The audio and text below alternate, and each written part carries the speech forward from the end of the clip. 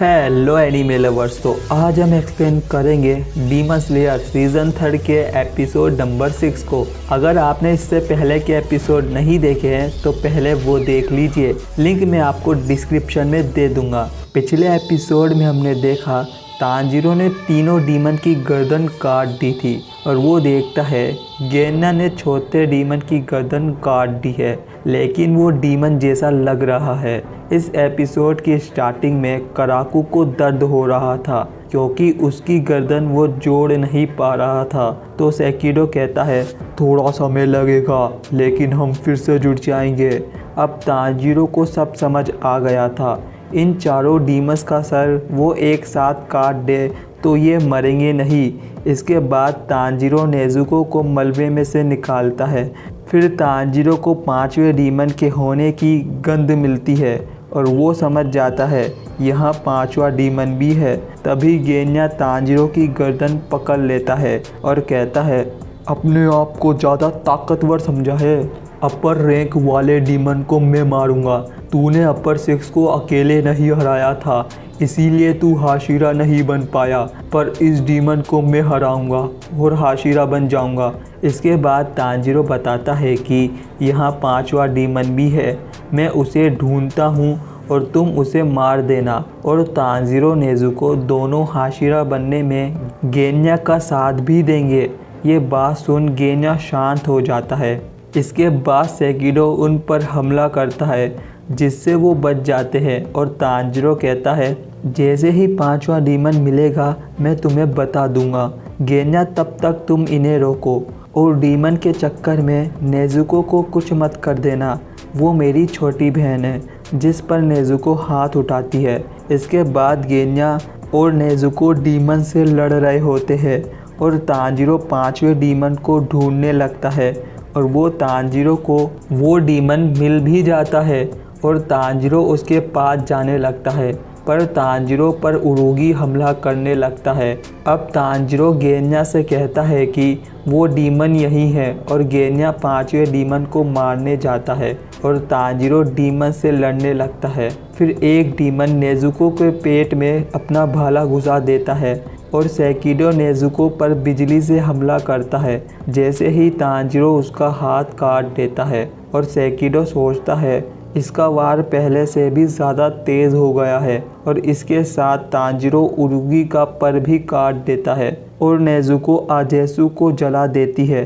इसके बाद कराकू अपने फंके से हवा मारता है जिससे तांजीरो ज़मीन से टकराता है, लेकिन उसने कराकू का हाथ भी काट दिया था और वो गेन्या को 5वें डीमन का रास्ता भी बता रहा था और गेन्या को 5वां डीमन मिल जाता है, लेकिन वो बहुत छोटा था और गेन्या इसे देखकर हैरान हो जाता है कि उन चारों डीमन को ये पिद्दी कंट्रोल कर रहा था। और गेन्या उसकी गर्दन काटने की कोशिश करता है, लेकिन इसमें गेन्या की तलवार ही टूट जाती है और गन से उसे शूट करता है, लेकिन उससे भी कुछ नहीं होता।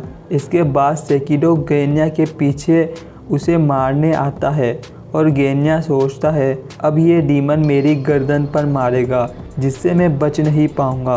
और वो अपने भाई को याद करता है और वो कहता है मैं हाशिरा बनना चाहता था और अपने बड़े भाई से माफ़ी भी मांगना चाहता था। अब गेन्या अपने पास्ट को याद करता है और हम देखते हैं उसकी माँ जिनकी हाइट बहुत छोटी थी और वो सुबह से लेकर रात तक काम में लगी रहती थी। गेन्या के पिता लंबे और तगड़े थे पर एकदम निकम्मे थे। किसी दुश्मनी के चलते उन्हें एक आदमी ने चाकू से मार दिया था और ये अच्छा ही हुआ क्योंकि वो अपना गुस्सा उनकी माँ और उन पर निकालता था और उनकी माँ उन्हें बचाने के लिए उन्हें ढाँप लेती थी और उस जालिम के लात घूसे खाया करती थी और उफ तक नहीं करती थी। एक दिन उनकी माँ को घर आने में देर हो गई थी और गेन्या का बड़ा भाई उन्हें ढूंढने जाता है और इसके बाद गेन्या के छोटे भाई बहन भी जग जाते हैं और गेन्या की छोटी बहन कहती है आज तक उन्हें आने में इतनी देर कभी नहीं हुई, थोड़ी देर में सुबह हो जाएगी। तभी उन्हें गेट के बाहर कुछ आवाज़ आती है और सब बच्चों को लगता है ये उनकी मदर है, लेकिन गेन्या उन्हें दरवाज़ा खोलने से मना करता है क्योंकि ज़रूरी नहीं ये माँ हो। तभी डीमन गेन्या के सारे भाई बहन पर पंजा मारकर उन्हें वहीं मार देता है और गेन्या के चेहरे पर भी पंजे से वार कर देता है। गेन्या को समझ नहीं आता कि ये जंगली भेड़िया है या कुछ और। तभी डीमन उस पर वार कर देता है। तभी गेन्या का बड़ा भाई सनेमी उसे बचा लेता है और गेन्या को भागने के लिए कहता है, लेकिन गेन्या अपने सभी भाई बहन को जगाने की कोशिश करता है, लेकिन वो मर चुके थे। फिर गेन्या डॉक्टर को बुलाने के लिए जाता है और सूरज निकल रहा था, सुबह होने ही वाली थी।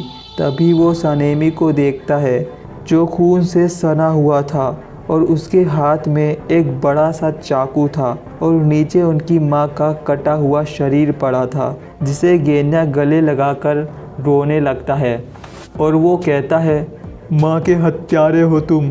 पर सनेमी सदमे में था। तभी सूरज की रोशनी से उनकी माँ जलकर राख हो जाती है और गेन्या इस बात के लिए अपने भाई से माफ़ी मांगता है क्योंकि उस रात जिसने हमला किया था वो उनकी माँ थी जो डीमन बन गई थी और वो उन्हें बचाने के लिए उनसे लड़ा। और जब उसके बड़े भाई को पता चला होगा कि उनकी माँ ने हमला किया है तब उन्हें कैसा लगा होगा। अब गेन्या अपने बड़े भाई का हंसता हुआ चेहरा याद करता है उसके आखिरी लम्हों में और वो ये भी बताता है कि वो नकारा है क्योंकि उसे कोई भी ब्रीथिंग टेक्निक नहीं आती और वो हाशिरा नहीं बन पाया। तभी तांजिरो की आवाज़ आती है। वो कहता है, गेन्या कभी हिम्मत मत हारना, और सेकिडो का हाथ काट देता है और गेन्या बच जाता है। और तांजिरो कहता है, उस डीमन की गर्दन काटो और हार मत मानो, क्या तुम हाशिरा नहीं बनना चाहते?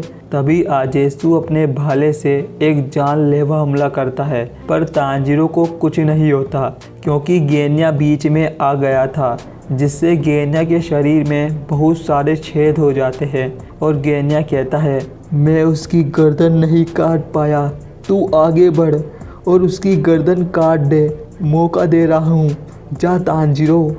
अब तांजिरो उस डीमन को ढूंढता है और वो डीमन डरकर भाग रहा होता है और तांजिरो उस तक पहुंच जाता है और एक वार करता है और ये एपिसोड यहीं पर एंड हो जाता है। और इससे आगे के एपिसोड मैंने पहले ही अपलोड कर रखे हैं, तो मैं उनकी लिंक डिस्क्रिप्शन में दे दूंगा, वहां से आप देख लेना। और मिलते हैं किसी न्यू वीडियो में, तब तक के लिए बाय और थैंक्स फॉर वॉचिंग।